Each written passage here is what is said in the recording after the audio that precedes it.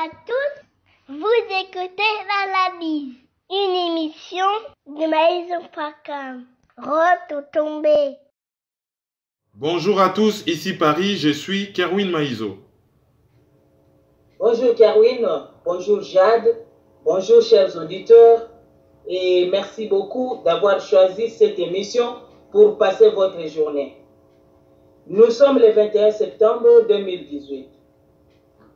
Au sommaire, la CENI publie finalement la liste définitive des candidats aux différentes élections de décembre 2018. 21 candidats sont retenus pour la présidentielle. Mozito et Bemba out, Katumbi non partant. Du rififi au sein du mouvement citoyen Les Congolais debout. C'est notre page de divers qui va boucler cette édition de l'analyse. Bonjour Kerwin. Bonjour à vous, Maman Sa Majesté. Bonjour à tous les auditeurs. Merci pour votre fidélité à cette émission. Kerwin, actualité ezali ba côté ya CENI. Tolobi bongo parce que eyebami na mboka mobimba liste définitive ya ba candidat na ba élection nyonso kosalama na décembre si jamais kosalama eyebani na polele. Okoyebisa biso nini par rapport na yango et puis analyse na yo eza nini pona ndenge ba candidat ba ponami na ba oyo ba ponami te et puis okoyebisa biso nini ekosalama à partir ya moment oyo liste définitive et bimami ti tokende kokoma na le 23 si jamais élection kozala na le 23. Le 23 décembre donc. CENI, donc Commission électorale nationale indépendante, il y a RDC, a publié liste définitive, il y a des candidats. Alors, tu as que déjà, la candidature est déposée qui, selon la loi, na CENI, et Tango CENI a publié liste provisoire, Batu Oyo, CP l'a quitté pour raison X ou Y. Ndenge CENI a retenu ki bangote, basala ki recours na cour constitutionnelle. Parce que cour constitutionnelle nde azali habilité ya ko vider contentieux électoral. C'est-à-dire, si vous avez un conflit, ou état libre élection, cour constitutionnelle de mutu a ko traiter ba conflit wana. Alors, cour constitutionnelle l'air a traité ma conflit, a zongisi liste ya batu oyo. Yé a monique bazali toujours invalidé, naba oyo ya monique bazali récupérable, naba oyo yé a monique y a rien à signaler. Enfin bref, cour constitutionnelle à rendre ba arena yé. Et tango cour constitutionnelle a joué décision na yé, CENI Sikoyo a publié liste définitive. Alors na liste définitive wana ba dossier ekotaki je crois 26 et ba zongisi 21 dossiers au ezali validés, c'est-à-dire bateau bako concourir na élection présidentielle pour ne parler que de cette élection pour ba publier pe liste ya ba candidat oyo bako zala na ba élection législative ba publier pe liste ba candidat oyo bako zala na ba élection provinciale. Alors pour na ba législative na ba provinciale vu que bazali belé bako publier yango na site internet ya CENI to na ba bureaux provinciaux ya CENI. Alors, sur le plan élection présidentielle, ba candidat retenu bazali 7 Kikuni Masoudi, le plus jeune, oyo boyoka ki na programme électoral na ebat baseka ki lera lobaki il faut côté ka RTNC. Numéro 2, Vital Kamere Lwa Kanyinyinyi Nkingi. 3, Trifon Kinkie Mulumba. 4, Freddy Matungulu. 5. Félix Antoine Tshisekedi Chilombo. 6. Alain Daniel Shekomba Okende. 7. Rajabo Mbira Tebabo Soborabo. 8. Martin Fayulu. 9. Yves Mpunga. 10. Sami Badibanga Ntita. 11. Joseph Mba Maluta. 12. Gabriel Mokia Mandemo. 13. Marie-Josée Ifoku Mputu, la seule femme. 14. Pierre-Honoré Kazadi Lukonda Ngube. 15. Sylvain Maurice Macheke Ngerankweyi. 16. Emmanuel Ramazani Shadari. 17. Charles Diavena Lutadila. 18. Noël Tchani Mwadiamvita. 19. Jean Mabaya Gizi Amin. 20. Francis Mvemba. Et 21. Théodore Ngoyi Ilunga wa Nsenga. Alors, élection, en tout cas, ce qui salami, hein, le 23 décembre 2018, campagne électorale Ekobanda le 22 novembre 2018. Ce qui peut salami, Mouto bako élire, ou yakobima président, ako prêter serment le 12 janvier 2019. Wana publication en liste ba candidat. Toko remarqué ndengo lobi na ba titre que ezali na ba candidat o bazali out o ba tche bango libanda. C'est-à-dire libanda o ba tchaki bango déjà na seni ezalaki confirmé par cour constitutionnel pona ba oyo basalaki recours.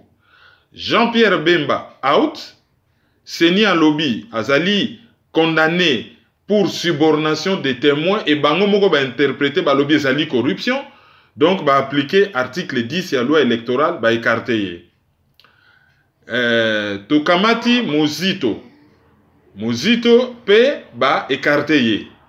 Pour na azali na conflit na parti politique na ye. Kizenga va écarter. Ba lobby défaut de signature. Pour moi na ye moto a signé à sa place. Or, Nehemi Mwilanya a signé pour na Ramazani Shadari. Là, ça ne pose pas problème. 2 poids, 2 mesures, injustice. Après, il y a Moka. Moka pe bacheye libanda. Après, à part Moka, toko zwali susu Moïse Katumbi, oyoye azalaki hors circuit, parce que déjà, même candidature a récupéré à quitter. Donc, écarté, sauf erreur de ma part, 4 personnes, plus 21, mon abaki 26, je crois que Bazali 25. J'espère que Nabosani Ata Moutumogote parmi Batu Oyo ba écarté. Alors, quand on a cadre à dépôt à ba candidature, Ezalina Batu Oyo ba se prépositionné qui, comme ba candidat à l'élection présidentielle, Toyoka ba kombo na bangote et ba communica pété. Alors on ne sait pas ce qui se passe. Il s'agit de professeur John Malala, ou azali professeur ya informatique na université à Florida. Yé a déposé candidature té, a communiqué té. George Alula, yé azali président ya mouvement unique. Yé azala ki na ba velléité présidentielle, volonté makasi, donc velléité, volonté makasi. Yakozala, candidat à l'élection présidentielle, a déposé candidature na yete. Docteur Mupapa Kibadi Dona, yépe candidat à l'élection présidentielle, a déposé candidature na yete. Pour ne citer que cela, sikoyo, oyo bazali na kamoko particulier. Oyo azali candidat à l'élection présidentielle, mais à condition que ezala élection moko équitable, juste, transparente. Oyo avant et salama. Il faudrait na nukosiko la mboka. Tozalina Eric Moulalou. Eric Moulalou, mouvement Wake Up Call, RDC.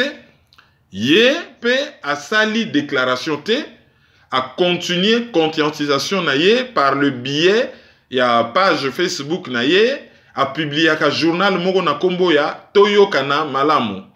Donc, azo continue conscientisation kuna. Après, tozalina Dr Mukwege. Ye a pesi interview na TV5 à lobby ko kende na ba élection ndenge wana ezali musala mpunda. Donc, ezali une espèce d'élection à trappe nigo, hein, même s'il n'a pas employé ce terme. Donc, ye azo visé d'abord système est changé complètement. Avant, il y a quoi envisager kokende na ba élection. Alors, ba oyo, ba pretela ki bango, ba intention électorale. Mais bango moko ba se prononça là-dessus. Cardinal Monsengo, yé, ba proposa qui est à diriger transition, dossier wane ezali toujours en vogue, et évolué, donc il n'y a pas de suite. Moussousou pe ba pretela qui est ba intention présidentielle, bien que yé moko na ba interview belé à lobby, que azali candidat à rien du tout. Ezali syndicat dokolo. Après sikoyo, toye kozwa, mosusu oyo pe yé vraiment l'élection na koute concernaka yete, lutte na ye ezali pona d'abord ko libérer mboka, et l'élection ezali conséquence ya libération mboka ezali honoré Nganda Zambo Ko Atumba. Côté militaire, tozalina Christian Malanga, tozalina colonel Luzadisu, pardon. Pour ne citer que ceux-là, bango bazali côté militaire. Voilà un peu en résumé, batu oyo, kombo na bango ekoki kotangama d'une manière ou d'une autre par rapport na dossier wana ya kowelela ngwende ya bokonzi ya mutu oyo a co-dirigé RDC. Donc, nasi na souligné qui déjà parité égalité. Ça, c'est la première des choses. Na souligné qui déjà par Yabajen ezali quand même assez réduite. Mutu openza sokota na qualificatif ou ya jeune au vrai sens du terme ezali 7 kikuni na Yves Mpunga. Bon, après, bako considérer pe ba Félix Tshisekedi, hein, moi en 63. Il faut considérer quand même que Azali jeune. Et puis, il y en a d'autres, Oyo, Bazali, presque même génération naïe. Oyo, Bakoki, ko considérer Bango, net que Bazali, jeune. Alors, et l'autre qu'on s'est posé, c'est qu'Oyo, Ezali. Parmi les candidats, nani Bakoki, ko prétendre que Bazali a opposition. Nani Oyo, Bakoki, ko prétendre que Bazali y a pouvoir. Kinke Moulumbazo bima dissident à pouvoir, mais azali kaka côté à pouvoir. Kamere statut na ezali tellement ambigu qu'on a du mal à déterminer ce qu'azali à pouvoir to ya opposition. Tokoki ko continuer débat dans ce sens-là, mais toko négocier autrement comme ça, bogomo na ba enjeu nyonso oyo. Ezali ko se cache pas tokoki pe ko étudier par rapport na région ou par rapport na ba groupe linguistique. Ba swahiliphone baza combien, ba kikongophone baza combien, ba lingalaphone baza combien, ba lubaphone baza combien. Tokoki pe ko étudier par rapport na ligne imaginaire oyo banguna ya Congo bacha o est ouest. Batu ya est bazali combien, batu ya ouest bazali combien. Tokoki ko utilizango pe na ndenge ya société civile, parti politique. Banani bazali batu ya parti politique, banani bazali batu ya société civile. Et tokoki même ko continuer par rapport na formation. Banani oyo bazali formé, banani oyo bazali formé te. Pour quand même débat wana ezali. Imaginez-vous que Tango Jean-Pierre Bemba azopé sa interview na Jeune Afrique. Première des choses à ça là qui tango portable na ye vibré, à la qui si ango Pierre Boisselé ya Jeune Afrique, à la qui si alobi au moni diplôme na ngai. Na tanga na école de commerce catholique oyo à Bruxelles, diplôme na ngai yango yo, c'est un vrai. Bon, il s'adressait à qui? Qui a un faux diplôme parmi bango? Ça, c'est une question qui mérite réponse. Mais par rapport à un cas spécifique à Jean-Pierre Bemba, il y a ça qui une grande interview au Tolobé là qui dans Jeune Afrique, interview est blessé ba Congolais et belé par rapport à la déclaration sur l'Ouganda. Je crois que dans une des émissions en week-end, na kozwa motu akoya ko décrypter analyse nani interview na Jeune Afrique de façon un peu plus approfondie. Pona ko alléger émission Oyo, ezali déjà chargé par un certain nombre de titres. Alors, sikoyo, campagne électorale mutu na mutu ake ko se préparer pour na mbongo mutu na mutu azoluka ba allié mutu na mutu azoluka ba associé ba oyo baza na mbongo neti ba Shadari baza na PPRD parti moko eza na mbongo ebele eh ben bango problème en mbongo eza ko se poser te mais ba oyo baza na mbongo te bon il faut sikoyo basala fundraising c'est-à-dire kokongola mbongo po na kosala kozala na ba fond pour na campagne électorale. Tout le monde, par exemple, Félix Tshisekedi, par rapport na groupe na Sali, disons page site internet na Sali, ou organisation na électorale na kombo ya fachi.org. Azali na kosenga batuba Kongola, $1, ba pesa ye pour na a organiser campagne électorale na ye. Bon, ils ont suscité moins de débat, ba misusu ba lobby, bazali digne de confiance te pour na gestion calamiteuse na bango oyo basalaka mbongo ya Imperium itika ba trace. Est-ce que batu bakosala bango confiance? Alors, yebika ka bango batu oyo bazali na accès na ba compte nyonso basali compte en euros, compte en dollars, et puis je crois compte en francs congolais, Oyo, et Salami na banque moko ya Kinshasa. Alors, débat sikoyo ezali côté ya ba Oyo tobengi ba candidat ya opposition. Objectif na bango ezalaki ba trouver un candidat commun pour ba yebi que quand ya Joseph Kabila a ko fragiliser bango, a ko mettre mbongo en jeu, a ko tia ba candidat misusa mike belé, ba rafler un peu ba voix na chaque place oyo, même si que élection présidentielle les alliés nationales. Tu yebi bien que chaque coin ya mboka normalement mutaza na moi base na ye. Soki a tcheli bango moi candidat moko a rafler mo ba voix na ba base ya chaque mutu. Aux alliés par exemple candidat Songolo, base électorale na yeza ba Congo. Au mona ba tcheli ope mo mutu mo na ba tcheli pardon, mutu moko pas moi mutu, ba tcheli mutu moko pekaka na coin na yo pona mutu wana a benda yo moi ba voix. Place oyo za ko tchela mo espoir que réserve ba voix ezali kuna. Ou ko utiliser un neti joker et memela yo ba voix ebele et pesa au poids électoral. Alors ba candidat oyo PPRD azali susceptible na lobite ka ko salango, mais c'est possible que na stratégie électorale na ye ache la bato ba candidat ba ko fragiliser certains candidats. Alors bato opposition ba lobaki bango il faut ba yokana bazala na candidat commun. Muzito azali hors circuit. Yé mutu ba commissie opposant par décret à la mouika raboye bon Muzito opposant amen a commis opposant à lobby problème ezalita ko luka candidat commun. Il faut pas se mettre d'abord d'accord ensemble sur un programme de gouvernance avant de désigner candidat commun.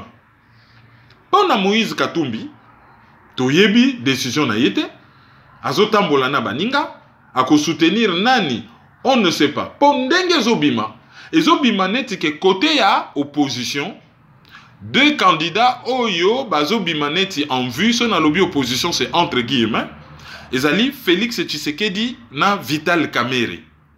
Et puis oyo parmi bango azana combo, azana poids, azana une certaine crédibilité na cadre ya système, ezali Martin Fayulu.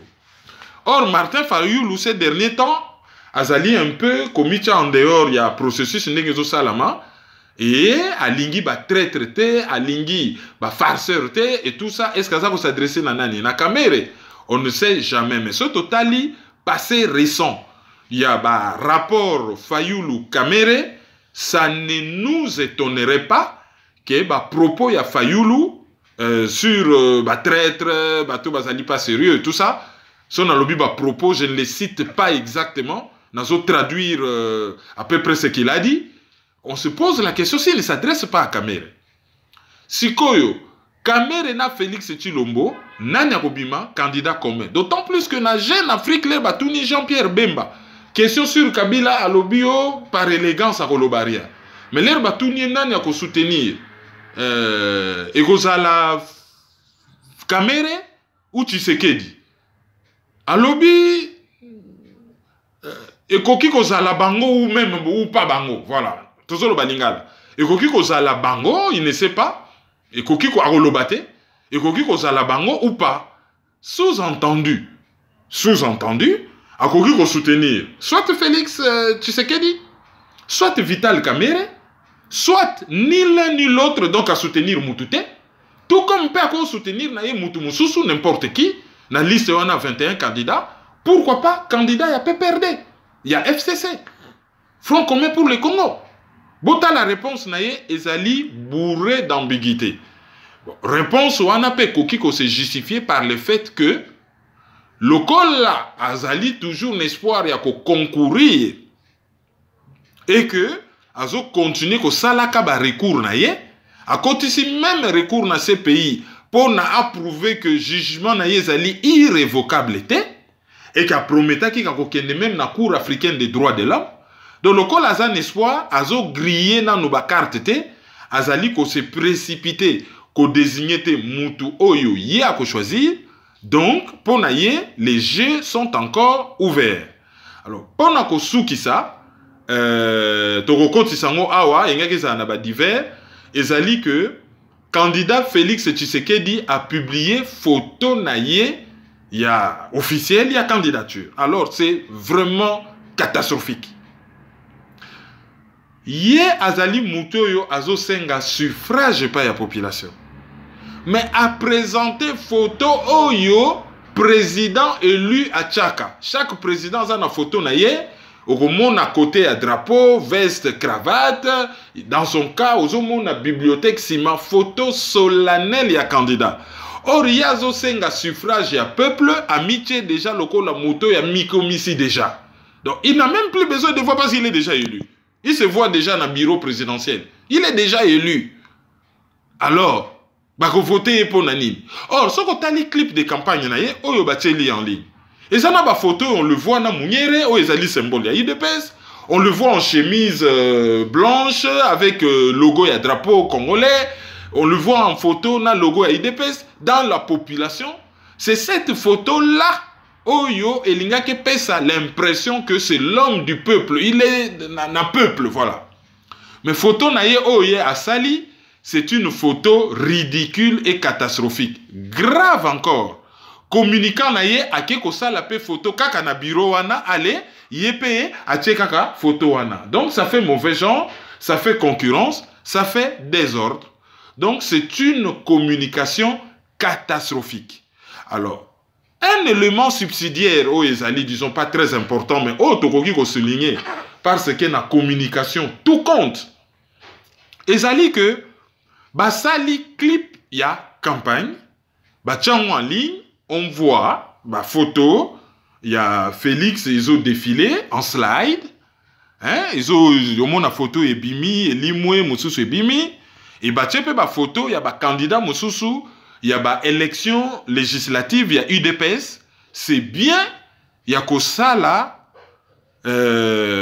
clip, il y a vacances, il y a campagne, il y a que ça, on a ba réseaux sociaux, parce que ba réseaux sociaux, c'est quand même très important. Bien que, bah, comment qu'on finga ba tout que ba combattant ba réseaux sociaux, mais bango moko bazo ça la campagne, bazo senga mbongo campagne, na ba réseaux sociaux. Alors, clip wana c'est bien. La seule chose, oyo, ce qui est dans un pays normal, il y a un problème. Mais, et comme susceptible à la problème na Congo, parce que UDPS et PESA, visage moko, il y a un ancien parti politique national, patrimoine commun, et comment une simple structure à caractère familial et tribal. Alors, structure à caractère familial et tribal, basali clip na bango bache banzembo nya Chiluba avec un message spécifique, il y a mabete, il y a bien, hein, il y a Chiluba. Alors, Chiluba ezali une langue nationale congolaise. So qui to évoluaki. Tonga qui to trouvé na biso normal que candidat moko originaire ya ba Congo ache na ye nzembo na Chiluba. Candidat moko ya Kasai ache na ye clip de campagne na ye na Kintweni. Candidat moko ya Bandundu atie na ye clip na ye na Swahili. Mais na cadre ya UDPS, ce qui se basé tout simplement na makambo etali communication, ezali on dirait bazo sala batu bras d'honneur au fait bobenga rabiso ba tribaliste alors to laksango sikoyo. J'ai dit ezobi malokola na lobite ke zandenge wana. Donc l'intelligence communicationnelle elingaki esala que batie na bango clip na langue et s'imposa sur le plan musical, la langue, je vais dire un peu de la capitale, siège of l'institution, batie na bango une chanson en lingala et puis c'est bon. Alors, l'air batie ndenge wana ekoki ko déstabiliser certains esprits faibles. Ce n'est pas une critique, c'est tout simplement un constat à prendre ou à laisser. Voilà Oyo tokokai koloba mbangu mbangu en ce qui concerne ba élection présidentielle. Sikoyo, pourquoi liste yebani nde tolobaki yango on est en droit de réfléchir sur batu nyonso. Adage moko elobaka derrière un grand homme, il y a une grande dame. Sikoyo, on est en droit ou bien ngongango esekoki mpona tobanda ko réfléchir sur ba dame ya ba homme oyo nyonso ou bien ya ba homme ya ba dame oyo nyonso baza retenu comme ba candidat. Est-ce que ba congolais baza prêt? Est-ce que ça débat oyo eza na lieu d'être? Campagne électorale ezalaka on dirait bofongo li boîte de Pandore. Na lobaki na lobi soko fandi na yo bat ba otcha okati. Mais tango kako lobi ko comme candidat à l'élection présidentielle, bako cheke vi na yo, bako chama kamuno na terrain. Bako cheke ba diplôme na bango, batanga wapi, expérience professionnelle na bango ezali nini. Bako cheke ba nationalité na bango, batebele ba kanisate ke opo kombo bimi, bato bako bosa na ke ba misusu baza na ba nationalité douteuse. Bako cheke basi na bango, to mibali na bango. Oyo aza na mwasi, Oyo azali originaire ya un des pays qui agresse le Congo. Oyo tokoki ko banga ke ba service secret na bango ba infiltrer biso ba ko checker bango. Mais oyo pe azali pantalon pété to jupe pété ba ko beta pe masolo na ye, hein? Politicien oyo yo lingo kamba mboka mais yo pantalon pété, coupé pété, ba fulika mu pepe boye, coupé se komi na cheville. Bango pe bako cheke, ba vina bango. Wana kuteko ya nango, ils ne perdent rien pour attendre. Ce qui est l'élection salami campagne électorale et soya. Et tout ça sera mis sur la table. Donc, bazo perdre na bango rien pour attendre.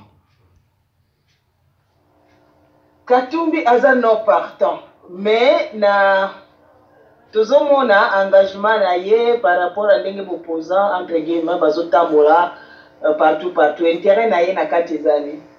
Intérêt na ye na kati ezali que ba master na ye ya structure oyo ole ba benga yango clairement club occidental ba pesango kombo communauté internationale, surtout certains intérêts mafieux oyo ezo piller Congo bango ba démordre na noté bazali plus que jamais décidé ya ko fourguer na élection présidentielle na Congo.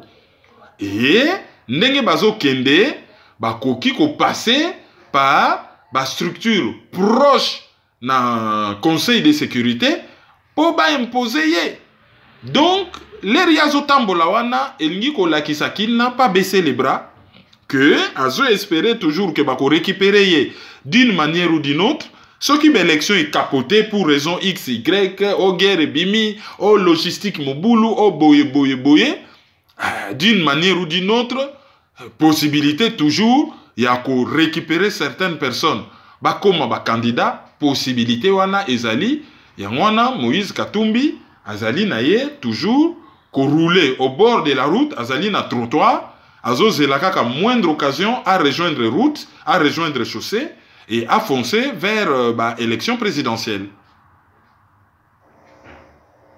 So leki na deuxième sujet na biso, ma va tokota na deuxième sujet wana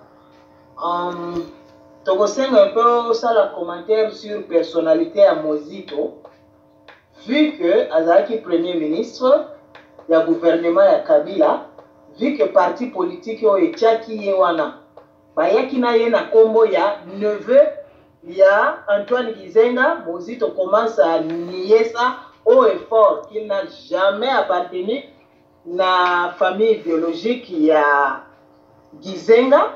Et puis Malamoko aye kobeta shita sima na diaspora, et non seulement beti shita sima na diaspora, mais tozomona ye kaka nzinga na bato babengami entre guillemets opposants.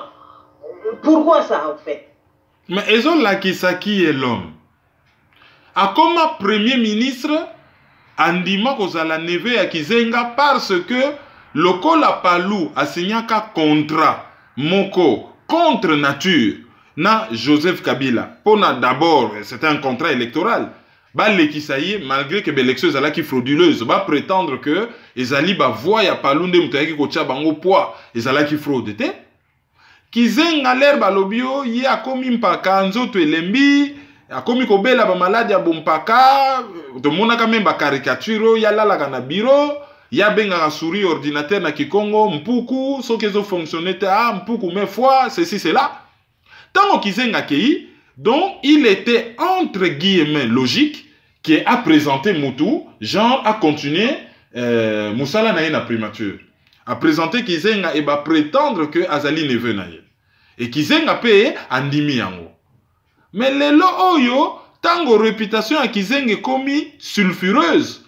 Mbala moko, Muzito awanganie, ndenge Pierre awanganaka Yezu. Yangwana oyo kiso se beleli partout. Baye baka yo neve à Kizenga, lelo oza susu neve à Kizenga te. Bon, yele rakomaka premier ministre. Bilan na yeza nini. Comment on est d'accord circuler quand on a somba appartement à gauche et à droite.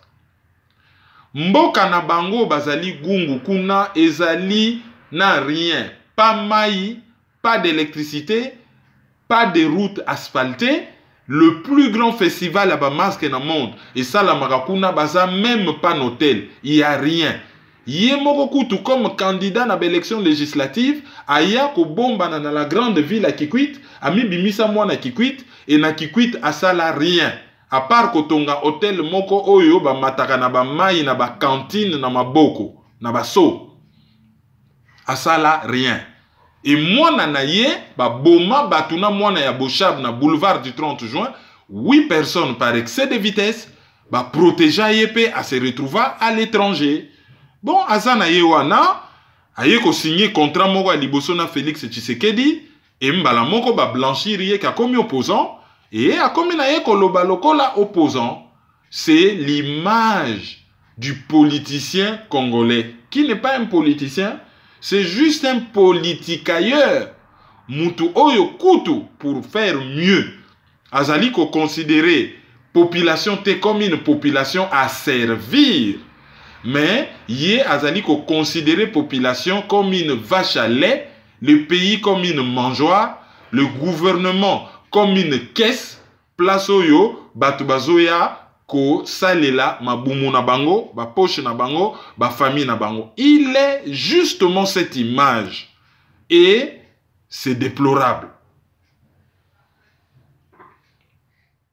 Mais eloko mususu ezali déplorable, oh il faut tout signaler. Ezali le fait que batu misusu pe ba carrière esili nango kaka boye, na ndenge ya kowelisa kokende mbangu. Kokende liboso ezali kokoma te. E na Kikongo balobaka kudia ntinu kuyoka noa. Muto ya liaka mbangu atumbaka monoko. Botala muto ayebanaki awa na diaspora comme candidat à l'élection présidentielle, Emmanuel Ilunga. Na liste wana azalite, il n'est plus candidat. Abeti nzela mukuse, on dirait mutu mokazeka ko viser à rejoindre na mangeoire. Abeti ka nzela mukuse ba gouvernement Tshibala. Afandi na yewana, et puis c'est bon. Candidat à l'élection présidentielle, azana ye lisusu kunate. Alors, si on to taliba candidat wana, to taliba chance na bango ko gagner, ba chance na bango ezali nini. To yebi ki y a une machine qui a été mise en place, une espèce de machine de guerre. Oyo ba mettre en place pour na ko faire gagner Emmanuel Shadari. Bon, à côté Batu o babengi ya opposition bazali na ba tergiversation ko swana nani aleki muninga nana ko sala boye. Alors toyebi na nute ndenge ni makambo na bango okende. Mais so totali na katikati eza na profil la ba candidat mususu soko mfandi omitunyo lobi 100 000 euros 100 000 dollars et où tu wapi. Là on se pose quand même des questions. 100 000 dollars et où tu wapi. Nani a financé bango. Et ça là qui même débat sur cette kikunia balobi ah hier, c'est un homme d'affaires. Est-ce que Akamati 100 000 dollars juste pour se faire un nom à ça la publicité de la société naïe? Mais cette pub à 100 000 dollars, ce n'est pas trop cher payé. Question, monsieur, c'est tout namaki. Par exemple, Noël Chani, 100 000 dollars, oui, c'est un ancien fonctionnaire de la Banque mondiale. 100 000 dollars est belé. Est-ce que ça lit stratégie? Il y a qu'à se faire un nom. Il y a qu'à se retrouver dans un système pour lobby. Va récupérer comme gouverneur de la Banque centrale, ministre des Finances. On ne sait pas. Freddy Matungulu, côté compétence, c'est aussi les capons à Noël Chani. Freddy Matungulu, côté compétence, ce qui va taliboyer sur le plan intellectuel, Azali na sommet. Noël Chani pas un docteur en économie. Donc, Bazali na sommet parmi Batoyo, Bazali wana. Mais, Freddy Matungulu, Azali Lissousuna expérience et la gestion de la chose publique pour avoir été ministre. Et Azali pena parti politique. Donc, intellectuel, Azana parti politique, Azan expérience, et à Koki Kozala na base électorale, parce que quand on entend parler de Freddy Matungulu, on voit directement l'UDPS et le Mbouankem. Parce que l'épouse de Freddy Matungulu, c'est une des filles Mbouankem. Mais la chance n'a eu à gagner Ezali Nini. Et après, à se retrouver Wapi. Est-ce que à Kendaki, en se disant que j'y vais, j'ai toutes mes chances, ou à Kendaki, na système il y a deux temps. C'est-à-dire que dans un premier temps, je me retrouve dans le système, et dans un deuxième temps, l'air Esangeko et Kosila Mobulu, on y verra un peu plus clair, je peux placer ma carte. Ça aussi, c'est un calcul. Et tokoki ko raisonner ndenge wana pe pona ba candidat musu. Tomoni par exemple le programme ya Fayulu, bon, c'est utopique. Vraiment utopique. C'est comme ceux qui mutabimisi neka bâton magique na ye. Nako sala boy, nako créer emploi, nako sala boy, nako sala boy. Mais on ne tient pas compte que toza na pays moko oyo et outi tellement na kati ya libulu que directement on dirait moto ya outi comment à la mugika boye allez boye na repas consistant ya bandi kolia yo banda musala yo banda sport tout de suite. C'est pas comme ça que ça fonctionne. Et zo bimaneti une espèce de chapelet de bonnes intentions. Oui, azana yena ba bonnes intentions, mais est-ce que ezali réalisable?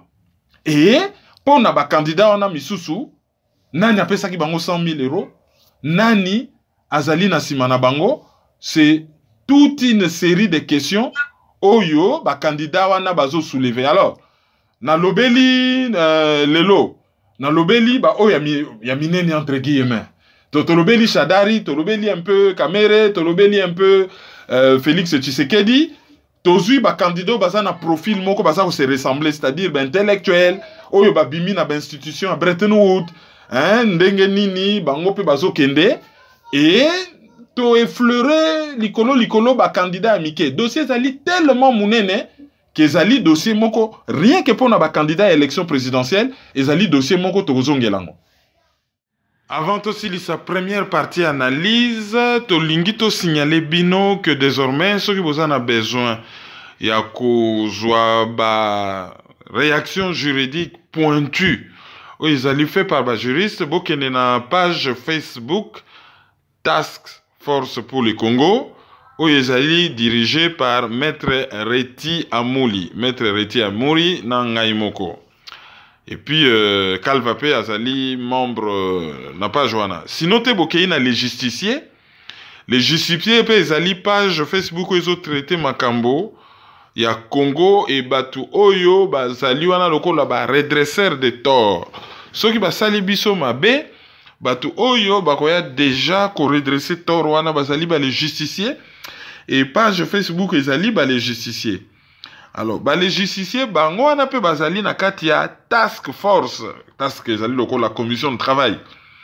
pour le Congo, ezali batu oyo bazali réunis, basangisi ba cerveau, bazo mener une guerre juridique contre le mal qui nous est fait. Donc, vous s'abonner très nombreux et beaucoup ba information kili nkama mais oya malonga fait par ba juriste ezali bling bling te bojongo na page wana.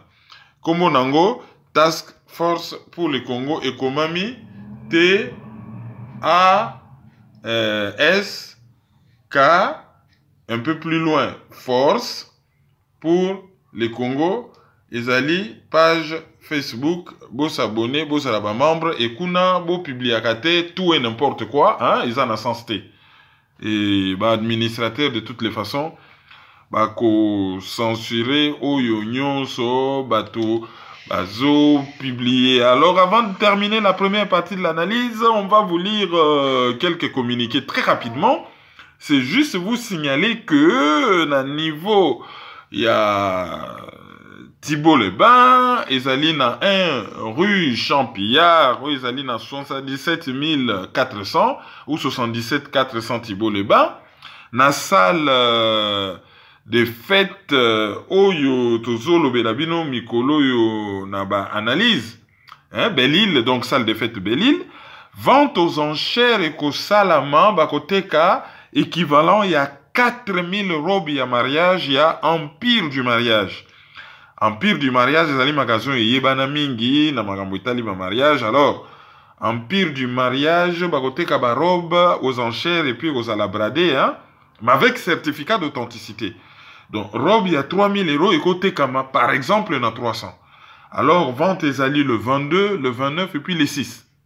Toujours les samedis. Nabasa qui a marque, mais toujours certificat d'authenticité, prix cassé, et na salle de fête oyo bino boyebi, na pesi bino badresse ba coordonnées ali na RRA, donc train ya banlieue, RRA oyo ekendaka na Marne-la-Vallée.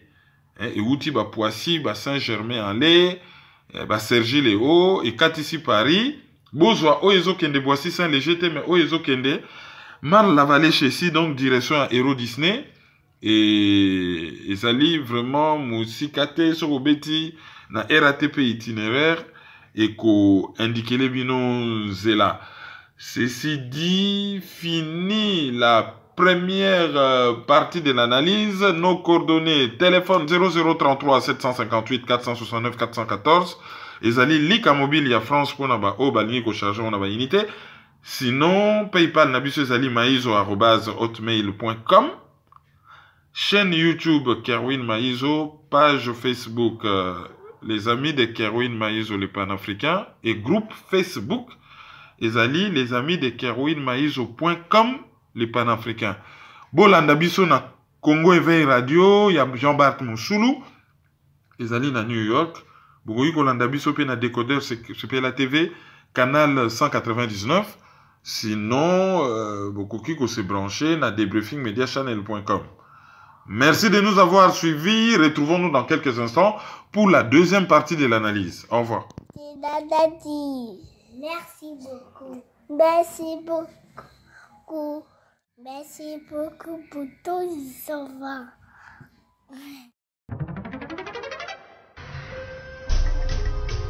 Yo, petit à petit, Kerwin implique Banakin. Fouta ici, fouta par là, fouta autant. Dans les mille qu'on foutait là. Peuple congolais. Yo, qui n'a le toza ba colocataire? Oyo ezali colocataire. Qui n'a le toza ba colocataire? Oyo ezali colocataire. Qui n'a le loto koma ba colocataire? Oyo ezali colocataire. Qui n'a le toza ba colocataire? Oyo ezali colocataire. Donc c'est soutenir. Il faut lutter pour une nouvelle société. Mais pour la lutter, il faut que ça ait arme, il y a vérité, il y a justice. Tontika le Bouddha, Tontika l'hypocrisie. Mbokezo qui est na parti, Mbokezo qui est na sans position, la génération n'a pas besoin de couper, donc qui est sans position, sans solution. Mais nous vivons dans les pays un temps de confusion, d'obscurité, de désespoir. Mais nous savons qu'au plus profond de la nuit, l'aurore pointe déjà à l'horizon. Analyse sur la liste. bien sûr.